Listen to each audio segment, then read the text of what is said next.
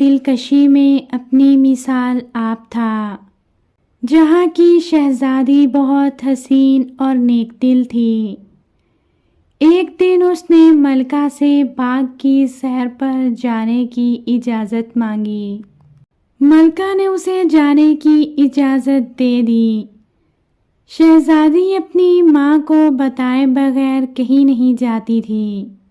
وہ اپنی ایک ملازمہ کے ساتھ باغ کی طرف روانہ ہو گئی۔ باغ بہت حسین، سرسبز اور شاداب تھا۔ پھولوں کی خوشبو ماحول کو تازگی بخش رہی تھی۔ شہزادی کو وہاں ایک کم عمر لڑکی نظر آئی۔ وہ عرشی تھی، جو اس باغ کے مالی کی بیٹی تھی۔ شہزادی عرشی کے پاس گئی۔ شہزادی نے عرشی سے بہت سی باتیں کی۔ تھوڑی دیر میں وہ دونوں دوست بن چکی تھیں۔ یہ دیکھ کر شاہی ملازمہ نے اس سے کہا، آپ ازمیر کی شہزادی ہیں۔ اس غریب لڑکی سے دوستی کرنا آپ کی شان کے خلاف ہے۔ شہزادی نے کہا، میں جس اللہ کی بندی ہوں، عرشی بھی اس کی بندی ہے۔ اللہ کی نظر میں بادشاہ، غلام اور امیر غریب سب برابر ہیں۔ شہزادی ہر ہفتے باغ کی سیر کو آتی اور عرشی سے ملتی۔ وہ دونوں سہیلیاں مل کر خوب باتیں کرتیں۔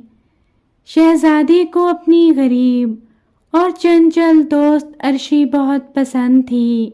ایک روز شہزادی باغ میں آئی تو عرشی نے اس سے کوئی بات نہ کی اور چپ چاپ وہاں سے چلی گئی۔ شہزادی بھی بہت پریشان ہو گئی۔